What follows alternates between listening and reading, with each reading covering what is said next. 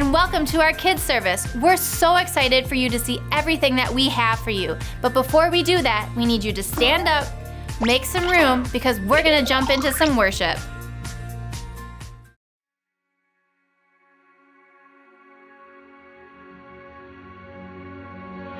Before I spoke a word, you were singing over me. And you have been so, so good to me. Before I took a breath, you breathed your life in me. And you have been so, so kind to me. Oh, the overwhelming, never-ending, reckless love of God. Oh, it chases me down, fights till I'm found, leaves the 99.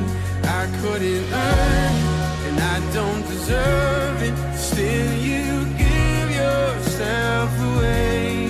Oh, the overwhelming, never-ending, reckless love of God. When I was your foe, still your love fought for me. And you have been so, so good to me. When I felt no worth, you paid it all for me. And you have been so, so kind to me. And oh, the overwhelming, never-ending, reckless love of God. Oh, it chases me down, fights till I'm found, leaves the 99. And I couldn't earn it, and I don't deserve it. Still you give yourself away. Oh, the overwhelming, never-ending, reckless love of God.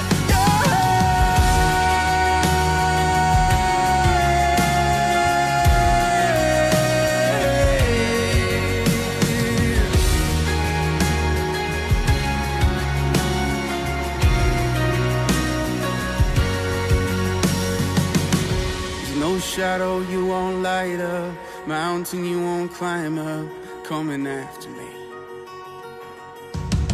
There's no wall you won't kick down, lie you won't tear down, coming after me. There's no shadow you won't light up, mountain you won't climb up, coming after me. There's no wall you won't kick down, lie you won't tear down, coming after me. Oh, the overwhelming, never-ending, reckless love of God. And oh, it chases me down, fights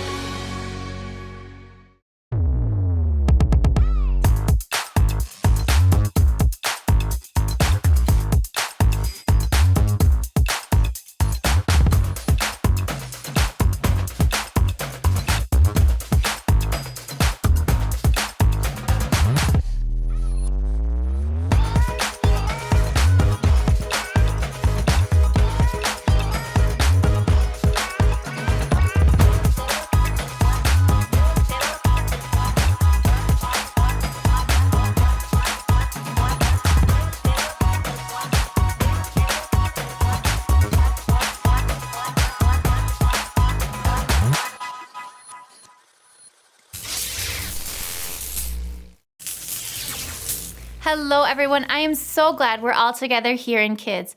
We're having a blast this month talking about something that's super powerful in all of our lives, peace. Peace is proving that you care more about each other than winning an argument.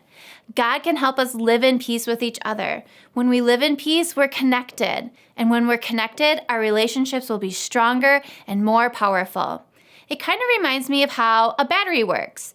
Take this flashlight here. If there's no batteries in it, it doesn't work, does it? But what if I put the batteries in, but I put them in the wrong way?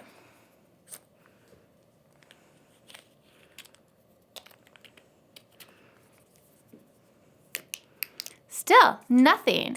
The batteries have to be connected for the power to work. That means you have to look at the little positive and negative markings on the batteries to make sure you're matching them up according to the plus and minus signs on the flashlight. So let's just double check. Here's my mistake. I didn't have this one in the right way. Let's try this again.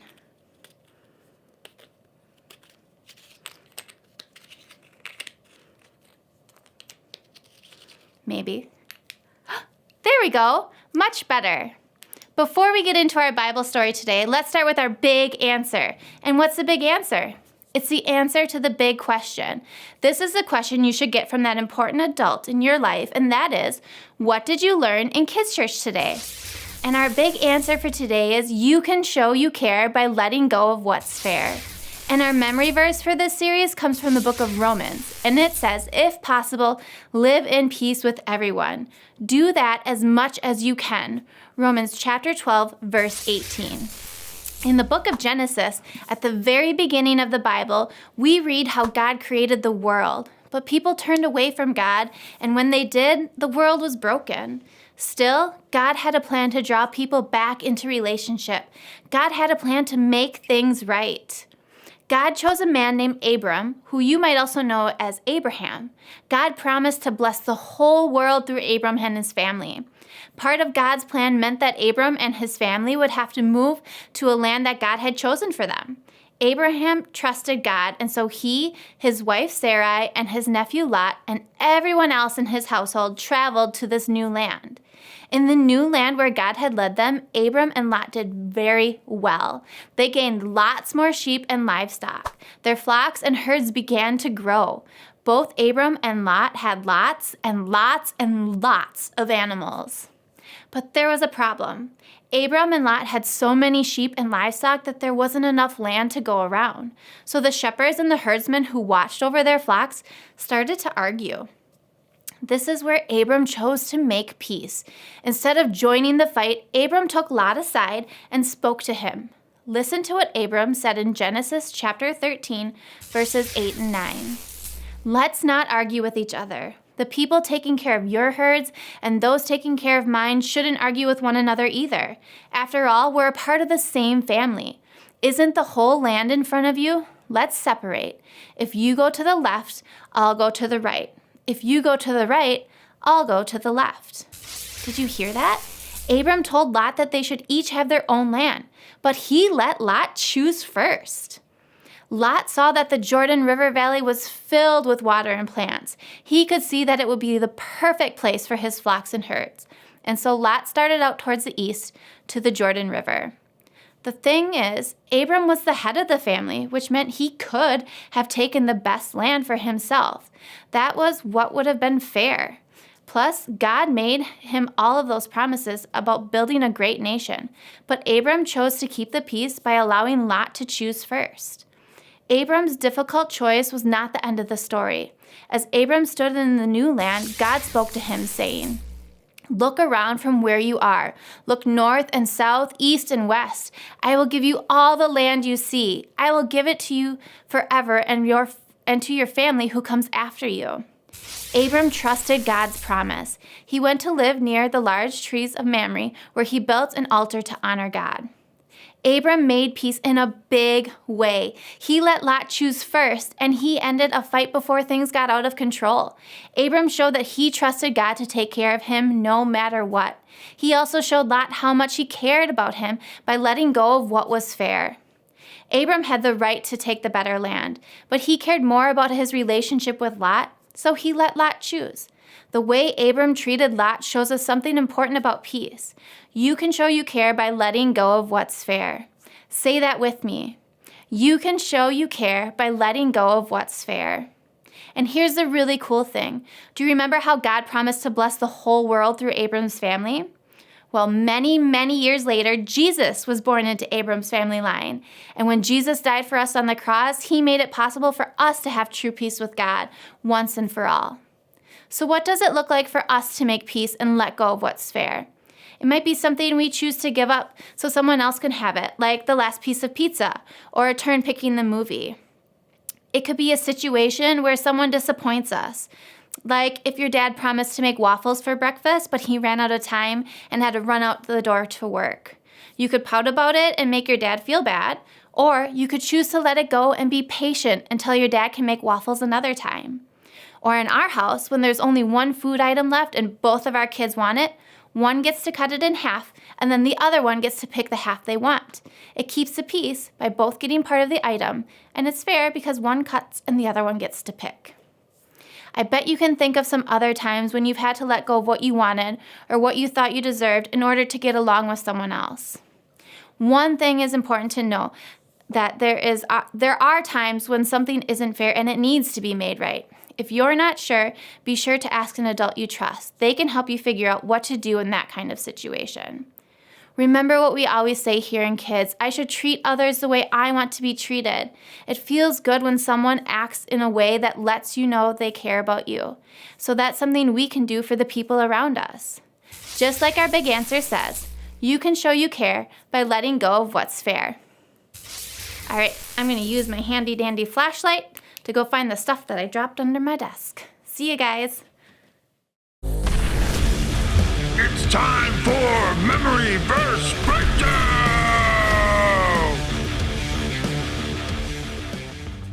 Hey kids, today we're going to break down this week's memory verse. Are you ready?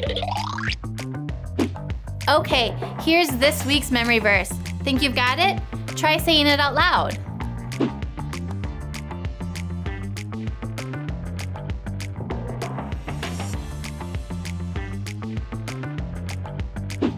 All right, let's take some words away.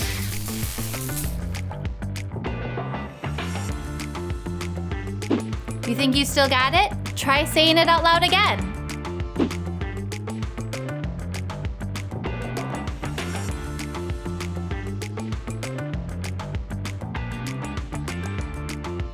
All right, let's bring those words back in and see how you did.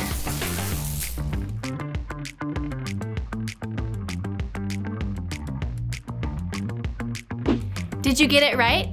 Awesome! Well, that's this week's memory verse breakdown. How'd you do? Memory Verse Breakdown!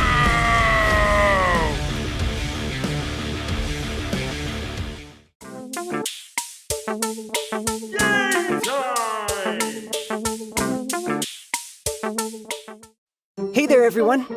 I'm not sure how this happened, but we seem to all be trapped inside the mystifying maze. We need to find someone to help us get out. Oh, wait!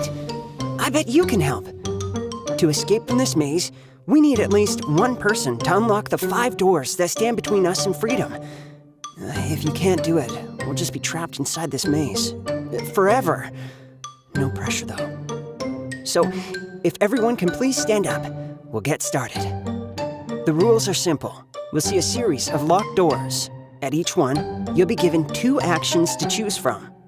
If you choose the correct action, the door will unlock, and you can stay standing. If you choose the wrong action, then please take a seat and cheer your teammates on. Everybody got it? Good. Let's head to the first door. All right. Looks like this door will be unlocked with either a fist bump or a high five. I'm not sure which, though. What do you think? If you think it's a fist bump, do an air fist bump. If you think it's a high five, do an air high five.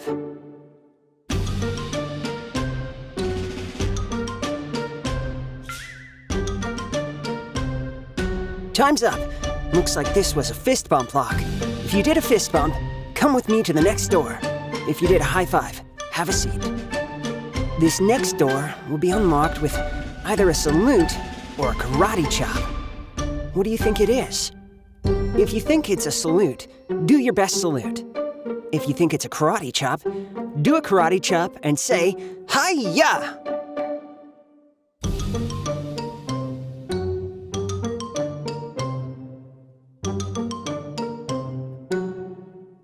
Time's up!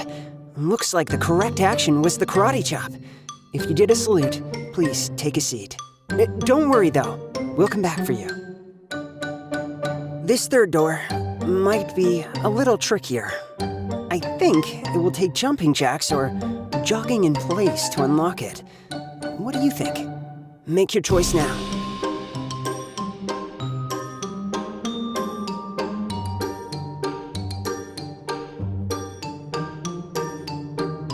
Time's up. Looks like it was jogging in place. If you were jogging in place, please jog to the next door with me. We're almost out of here. I think to unlock this door, you either need to stretch your hands above your head as high as you can or touch your toes. It's hard to tell though. Which do you think it is? Do the one you think will unlock the door now.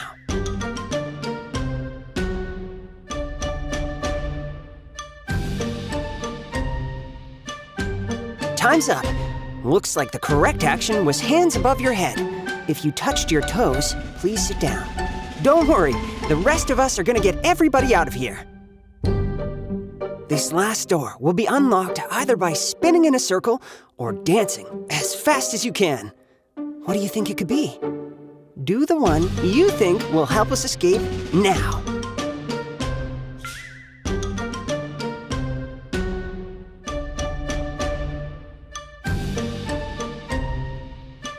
Time's up. Good news. It looks like both of these actions opened the last door. Great job, everybody. We escaped from the mystifying maze. Thank you so much for being with us today. Before you leave, have that important adult in your life go to lifechurchgreenbay.com/kids, where you can grab our Kids Connect card. There you can discuss our big answer, memory verse, and even more. We love you so much. Have a great week.